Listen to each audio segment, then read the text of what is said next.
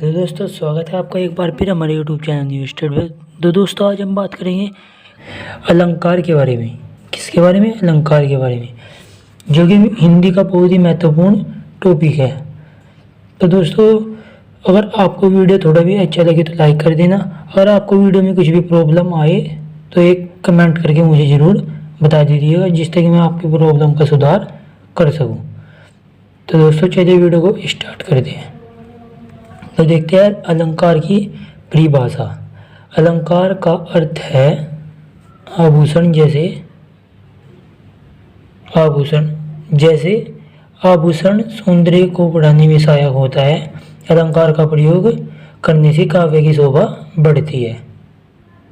तो दोस्तों मैं आपको समझा देता हूँ कि आभूषण जैसे कि सभी जो औरतें सोने के आभूषण पहनती है और आदमी भी सोने के आभूषण पहनता है, वो किस लिए पहनता है? नए नए कपड़े, जिससे कि उसका सौंदर्य अच्छा बन जाए, वह देखने में अच्छा लगे।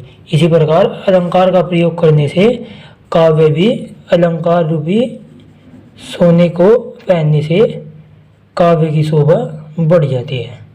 तो दोस्तों ये कितने प्रकार के होते हैं? दो प्रकार के, शब्द अलंकार और अर्थ अलंकार। तो चलिए दोस्तों शब्द अलंकार को देखते हैं कैसे। शब्द अलंकार, जहाँ केवल शब्दों का प्रयोग के कारण काव्य में चमत्कार पाया जाता है उसे शब्द अलंकार कहते हैं। जहाँ केवल शब्दों के प्रयोग के कारण, दोस्तों जहाँ केवल शब्दों के प्रयोग के कारण काव्य में चमत्कार पाया जाता है, जहाँ उसे ही हम शब्द अलंकार कह देंगे। और अब अर्थ अलंकार देखते हैं। जहाँ अर्थ के कारण काव्य में चमत्कार पाया जाता है वहाँ अर्थ अलंकार होता है। इसमें शब्द के कारण और इसमें अर्थ के कारण। तो दोस्तों आपकी समझ में आ रहा होगा कि इसमें तो है अर्थ के कारण काव्य में चमत्कार, और इसमें शब्दों के प्रयोग के कारण काव्य में चमत्कार। तो दोस्तों आप एक याद कर लेना, सिर्फ आपको ये वर्ड बदलना है। यहाँ अर्थ की जगह शब्द कर देना है और शब्द की जगह अर्थ। लेकिन आपको ये जरूर ध्यान रखना है कि शब्द अलंकार में शब्द और अर्थ अलंकार में अर्थ, वहाँ अर्थ अलंकार होता है। इसमें उपमा रूपक व उत्प्रेक्ष मुख्य है। दोस्तों ये तीन क्या है? ये अलंकार, उपमा अलंकार और रूपक अलंकार और उत्प्रेक्ष अलंकार। चलिए दोस्तों इन्हें डिटेल से देखते हैं।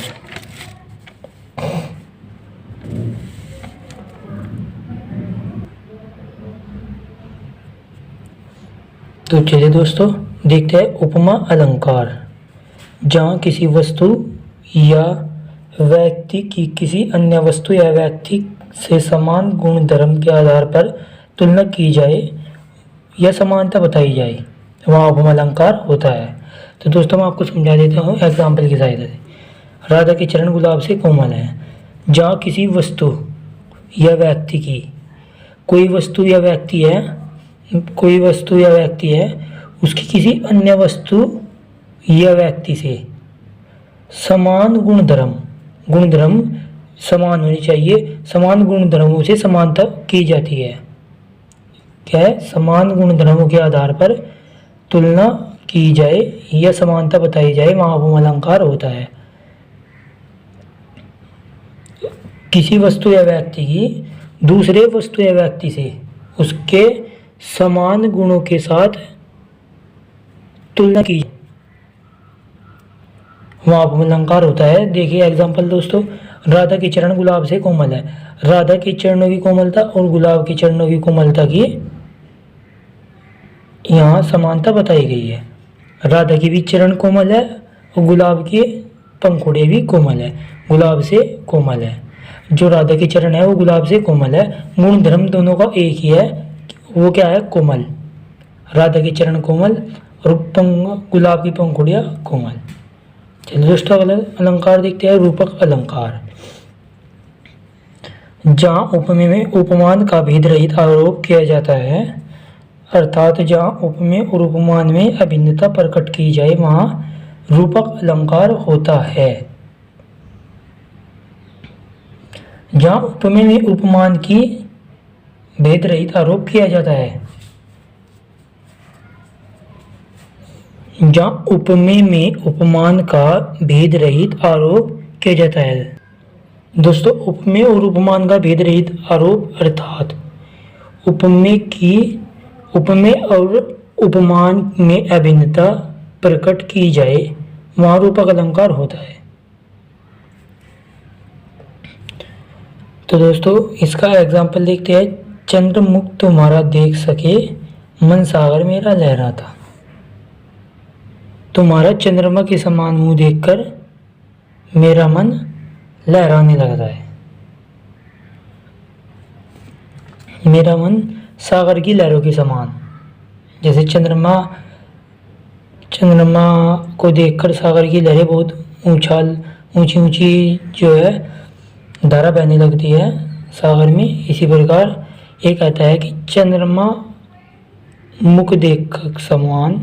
चंद्रमा के समान तुम्हारा मुख देखकर मेरा मन सागर के समान लहराने, ऊंची ऊंची लहरें लपटे लेने लगता है।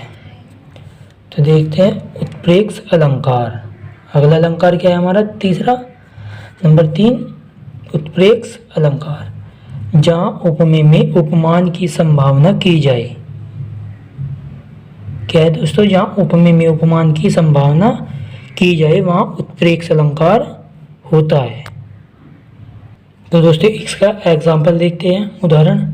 सोहत ओढ़े पितु पटु श्याम सलोनी घात, मानो नीलमणि शैल पर आतपो परियो प्रभात।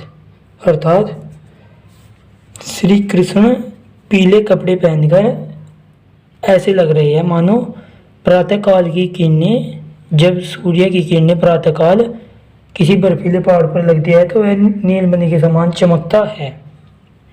वह जो सूर्य की पीली पीली किरणें प्रातःकाल किसी बर्फीले पहाड़ पर लगती है तो वह नीलमणि के समान दिखता है। तो इसका स्पष्टीकरण कैसे करेंगे? यहाँ पीला वस्त्र धारण किए हुए श्री कृष्ण के श्याम शरीर में प्रातःकाल की धूप से शोभित नीलमणि शैल की संभावना की गई है। प्रातःकाल धूप से शोभित नीलमणि शैल की संभावना की गई है, अतः उत्प्रेक्ष अलंकार है। ओके दोस्तों, अगर आपको हमारा वीडियो अच्छा लगा हो तो लाइक करना, और अगर आपको वीडियो में थोड़ा भी कुछ प्रॉब्लम आई हो तो हमें कमेंट करके ज़रूर बताना, जिससे कि हम आपके प्रॉब्लम का सुधार कर सकें। थैंक यू दोस्तों। तो मिलते हैं अगले वीडियो में।